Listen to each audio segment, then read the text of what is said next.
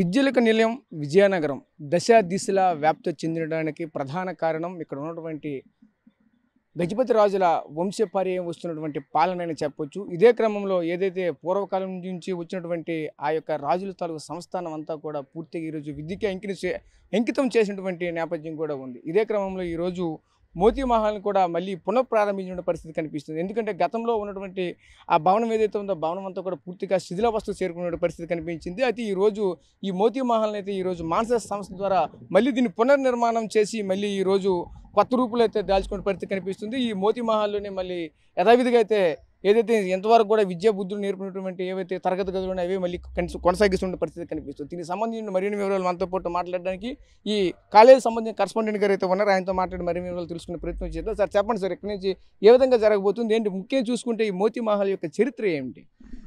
మనందరికీ తెలుసు, విజయనగర ప్రాంతం గత 300 పైబడి సంవత్సరాలు పోస్పాటి మహారాజుల పాలనలో చెందిన అభివృద్ధి, స్వాతంత్రానంతరం వచ్చిన మార్పుల్లో భాగంగా వారి పూర్వీకులు ఎంతో కాలంగా చేస్తున్న సేవలు విద్యకు కొనసాగిస్తూ అప్పటి మహారాజు last crown prince doctor PVG Raju గారు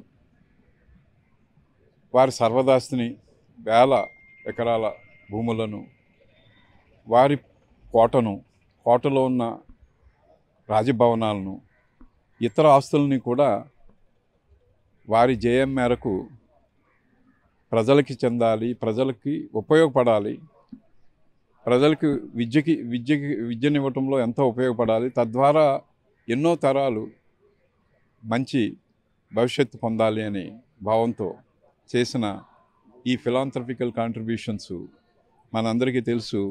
ఆంధ్ర ప్రాంతంలో మహారాజాస్ కళాశాలలు అంటే వాటి పూర్వ వైభవం. గత కొద్ది కాలంగా మన చైర్మన్ శ్రీ అశోక్ గజపతిరాజు గారు ప్రత్యేకంగా 17-18 ప్రాంతంలో తీసుకొస్తున్న మార్పుల్ని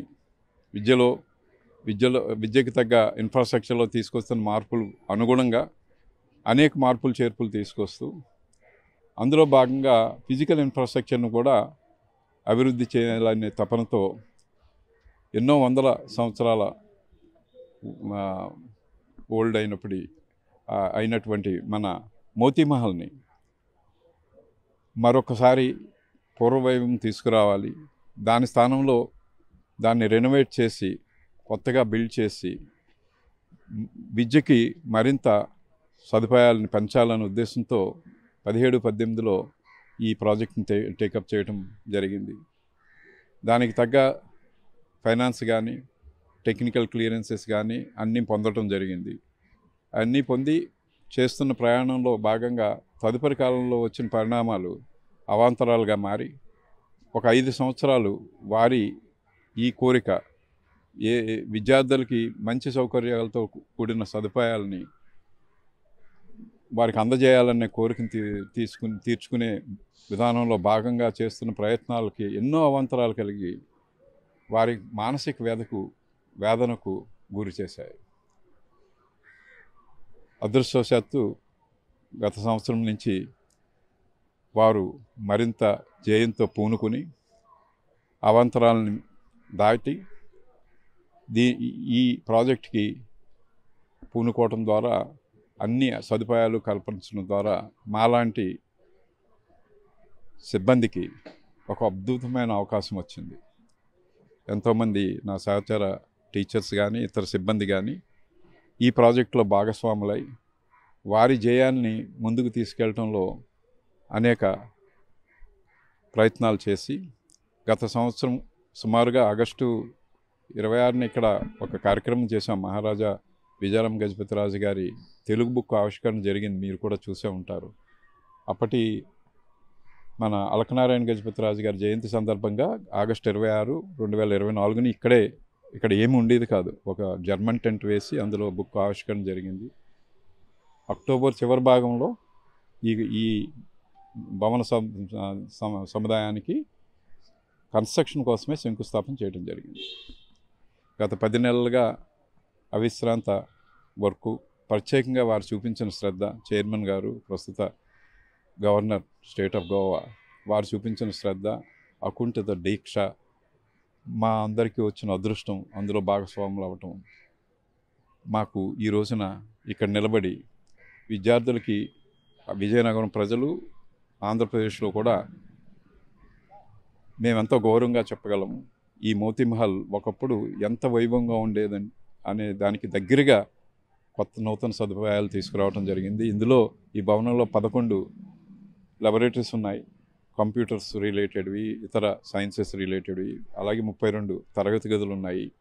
అనేక సిబ్బంది సౌకర్యాలకు సంబంధించిన స్టాఫ్ రూమ్స్ ఇవి కూడా ఉండటం జరిగింది. ఒక అద్భుతమైన ఆడిటోరియం కూడా మోడర్న్ రిక్వైర్మెంట్స్ని అన్నీ మీట్ అవుతూ ఇందులో ఏర్పాటు చేయడం జరిగింది. రాబోయే కాలంలో ప్రస్తుత విద్యార్థులు మరియు రాబోయే తరాల విద్యార్థులందరికీ కూడా ఇదంతా మంచి అవకాశంగా మారగలదని, ఆ అవకాశాన్ని అందిపుచ్చుకొని ఈ మహారాజుల దాతృత్వానికి, వారి మనస్సుకి, విద్య ద్వారా వారి ప్రజల్లోకి మంచి సేవ చేయాలనే వారి తపనకి మరింత మనం శోభం తేవాలని కోరుకుంటూ నాకు ఈ అవకాశం ఇచ్చిన మీ అందరికీ కూడా ప్రత్యేకమైన ధన్యవాదాలు తెలుపుకుంటున్నాను. చూసాం కదా, అంటే ముఖ్యంగా చూసుకుంటే మోతీ మహల్ యొక్క గొప్పతనం ఎంతనైతే మాత్రం చెప్పుకోవాల్సిన పరిస్థితి కనిపిస్తుంది. ముఖ్యంగా మనం చూస్తున్నటువంటి ఏదైతే మోతీ మహల్ ఉంది, ఈ మోతీ మహల్ ప్రస్తుతం మనం చూడొచ్చు. ముందుగా అయితే మోతీ మహల్కి ఎంట్రన్స్లో మనకి ఇక్కడ పివిజి రాజు గారి విగ్రహం అయితే ఉంటుంది. ఎందుకంటే కేవలంగా ఈయన యొక్క సంకల్పంతోనే ఈరోజు ఇక్కడ ఉన్నటువంటి విద్యా సంస్థలు అన్నీ కూడా పూర్తిగా దారదత్వం చేసినటువంటి పరిస్థితి కనిపించింది. ముఖ్యంగా చూసుకుంటే ఏదైతే కనిపిస్తున్నటువంటి మోతీ మహల్ ఏదైతే ఉంది, ఈ మోతీ మహల్ సుమారుగా 30 గదులకు సంబంధించిన 30 తరగతి గదులకు సంబంధించినటువంటి పైన అయితే ఈ యొక్క మోతీ మహల్ తరగతులు అయితే ఉన్నాయి. దాంతోపాటు ఒక రీమోడల్ చేసినటువంటి ఏదైతే కొత్త విధానాలతో ఉన్నటువంటి ఒక ఆడిటోరియం కూడా అయితే కనిపిస్తూ ఉంటున్న పరిస్థితి కనిపించింది.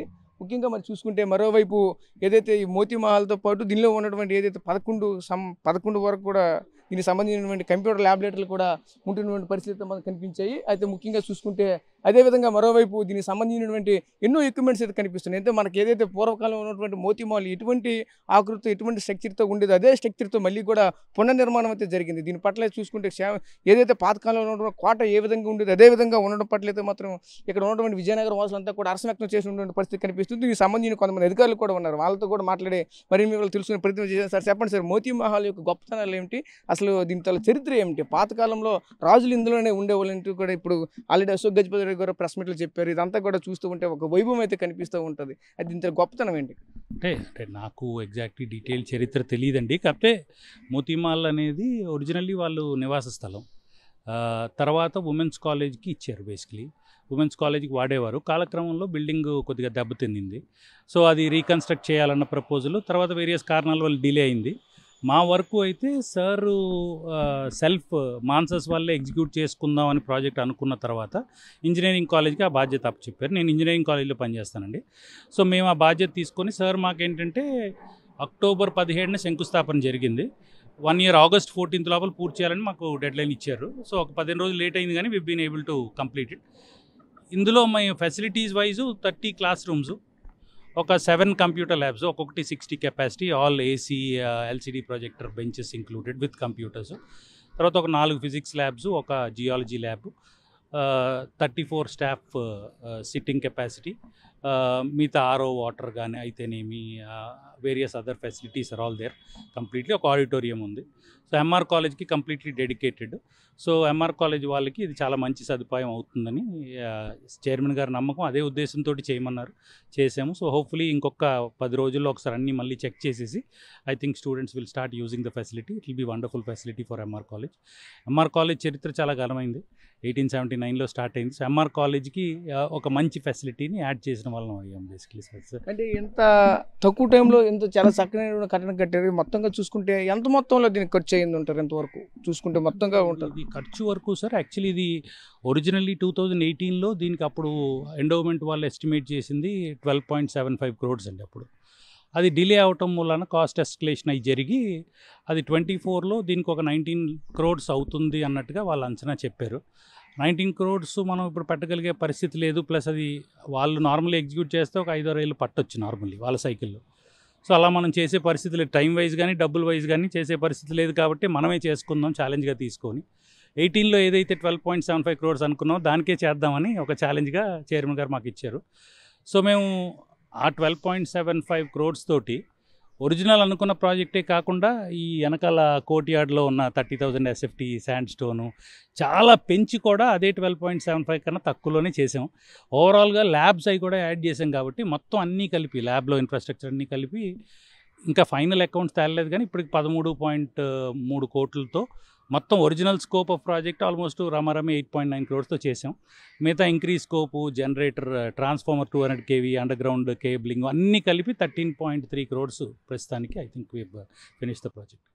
Okay sir, thank you sir. So చూసాం కదా, ముఖ్యంగా చూసుకుంటే ఏదైతే ఈ ప్రాజెక్ట్ సుమారుగా 13 కోట్ల పైన అయితే మాత్రం ఈ యొక్క టోటల్గా ఈ బిల్డింగ్ అయితే జరిగిందంటూ కూడా ఇక్కడ ఉన్నటువంటి అధికారులు కూడా చెప్పుకొస్తున్న పరిస్థితులు కనిపిస్తున్నాయి. ముఖ్యంగా మనం అయితే చూడొచ్చు, చూస్తూ ఉంటే పూర్తిగా ఒక రాజభవనం ఏ విధంగా ఉంటుంది అదే విధంగా నిర్మించినటువంటి పరిస్థితులు కూడా కనిపిస్తున్నాయి. రాజభవనం పూర్వకాలంలో ఏ విధంగా ఉండేది అదే విధంగా ఉంటున్నటువంటి పరిస్థితులు కూడా కనిపిస్తున్నాయి. ఎందుకంటే ముఖ్యంగా చూసుకుంటే ఇదే ప్రాంతంలో పివిజి రాజు గారు, దాని తర్వాత అతని కంటే ముందుగా ఉన్నటువంటి రాజులు కూడా ఈ యొక్క ప్రాంతం నుంచే ఎక్కడే నివాసం ఉండే, ఎక్కడి నుంచి పరిపాలన కూడా కొనసాగించినటువంటి పరిస్థితులు కూడా ఉండేవి. అదేవిధంగా ముఖ్యంగా చూసుకుంటే ఇక్కడ ప్రజెంట్ ఉన్నటువంటి పోస్ట్పాట్ అశోక్ గణపతిరాజు, స్వర్గీయులైనటువంటి ఆనంద్ గజపతిరాజు అయితే ఇద్దరు కూడా ఇదే ప్రాంతంలో ఇక్కడే చిన్నప్పటి నుంచి కూడా ఎక్కడ ఆడుకుంటూ ఈ ప్రాంతంలోనే ఉండేవాళ్ళంటూ కూడా ఆయన కూడా మరోవైపు అయితే చెప్పుకొచ్చినారు. ముఖ్యంగా చూసుకుంటే ఏదైతే మనకు కనిపిస్తున్న మోతీ మహల్కి అయితే మాత్రం విజయనగరంలోనే ఈ రాజుల సంస్థానానికి సంబంధించిన ఎంతో చరిత్ర అయితే ఉంది. ఎందుకంటే ఈ యొక్క ప్రాంతం నుంచే పూర్తిగా పాలన అయితే మాత్రం కొనసాగింది. అందు కారణం చేత అయితే దీనికి ఒక ప్రత్యేక స్థానం ఉందంటూ కూడా చెప్పుకొస్తున్నారు.